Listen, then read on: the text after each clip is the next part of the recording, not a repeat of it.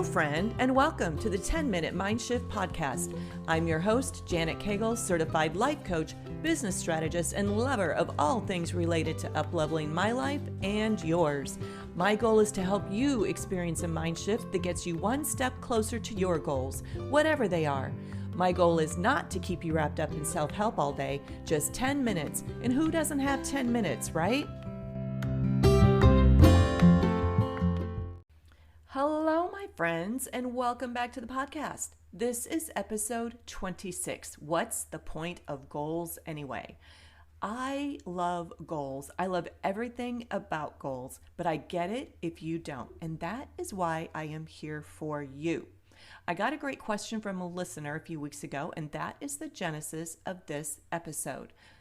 Goals stress me out. Not having one stresses me out. I think I should have them. Then when I set a goal, that stresses me out. What is going on? That was her question, and that's the question that I'm going to answer today for all of you. First of all, I want you to know two very important facts about goals. Number one, goals are meant to give your life flavor and texture and color. Number two, goals are not designed to make you feel worthy and valuable. You were born 100% worthy and valuable as a human being the moment that you entered this world. Before you even make a single solitary contribution to the world, you are 100% valuable and worthy as a human. Did you know that? Do you feel that? Do you believe that? The point of a goal is not to uplevel your self-worth or self-value, not at all. The only point of a goal is to add flavor and texture and color and interest to your life. That's it.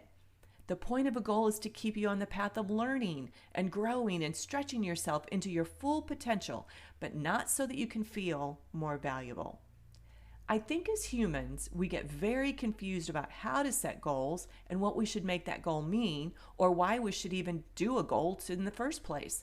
For some of us, the idea of sitting down and setting a goal is stressful because we're thinking about the things that we don't have, and that feels crappy. Or we're thinking about the things that we can't do right now, and that feels crappy. But then there's that thing that tugs at your heart. You just feel called to do it, and you think about it all the time. It's where your mind goes when it goes.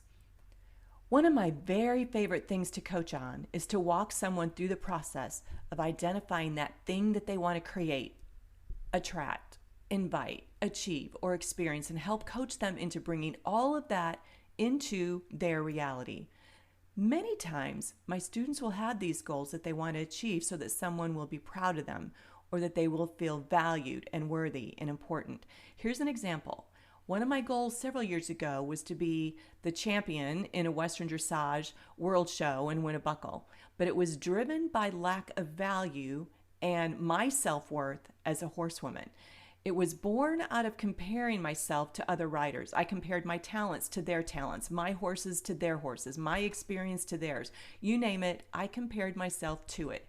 And I had the thought that if I just won something like a big championship, then I would feel worthy as a competitor and I would have value. And here's the thing, it did drive me to work hard and do all the things that I needed to do, but it was coming from all of the wrong places and ended up not being the way that I wanted to experience that goal. Instead of my goal being driven by what I wanted to achieve and why I wanted to achieve it, it was driven by what others would think of me if I achieved it. I had all the wrong things going on. Sometimes we set goals because we think life will be better there than here after we hit the goal. When we get there and then we realize that life is still 50-50, it's just so confusing. So goals are not about creating a life that is exempt from 50-50. Whenever we start to think about something that we want to do, something that we want to accomplish, attract, or create, our brain goes into what I call motivational triage. Remember, your brain wants to seek pleasure, avoid pain, and conserve energy. Whatever the thing is that you want to do or create that will require you to learn something new or create a new habit or change a habit, it will for sure require more energy. And that's not okay with your brain. Your brain wants to do what is familiar. That's easy. And for sure, that's more pleasurable. It likes your old habits, even if they are crappy ones that are bad for you. Sometimes we humans think our goals should be easy and comfortable, and that we won't experience discomfort, and that all of our thoughts will be roses and sunshine and rainbows and daisies and unicorns. And that's just not true. If your goal doesn't stretch you, it's not a goal. It's a task or a project or an objective.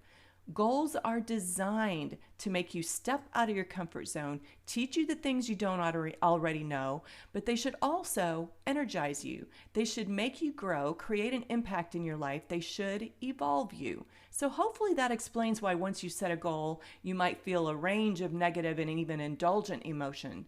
It's just your brain trying to talk you out of it. I have lots of tools that will help you work through that. And listen, it's the same tools I've had to use on me as well. So here's the answer to the first part of your question. Not having a goal stresses me out. I think I should have one. Thinking that you should have a goal, but not really knowing what outcome you want to create is most likely the center of your stress. Nothing has gone wrong, my friend. Anytime the word should pops into our brain, we automatically create a block. Right now, should is blocking your stream of consciousness and the thought process. Ask yourself this question instead. What do I love to think about, read about, dream about? Is that something that I want to explore more and experience deeper in my life? Here's an example. I worked with a mom who thought that she would always want to be a stay-at-home mom, but was feeling like she wanted more. She was restless. When I asked her what her favorite time of the day was, she said, helping my kids with homework. Now, I know a lot of you are saying, how can that possibly be her favorite time of the day? But for her, that's exactly what was her favorite time of day. In fact, when she wasn't helping with homework, she was thinking of ways that she could set up the study area to be more comfortable. She would think of new ways to explain things. When her mind wandered, it wandered to homework. When she answered that question for herself, she decided she wanted to explore how she could have more of what she experienced with doing homework deeper in her life. So she explored being a school volunteer, which led to a part-time teaching position. And now the bulk of her day she spends doing exactly what she has spent all of her time daydreaming about. She was able to step right out of that daydream and into her new reality.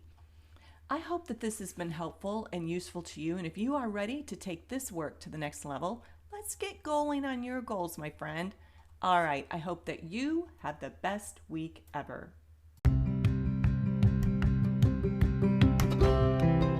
That's a wrap of the 10-Minute Mind Shift podcast. I hope that you were able to experience your own mind shift today. Listen, if you're ready to take this work to the next level, I highly recommend Life by Design Academy. It's my one-on-one coaching program that offers you a transformation at the speed of life.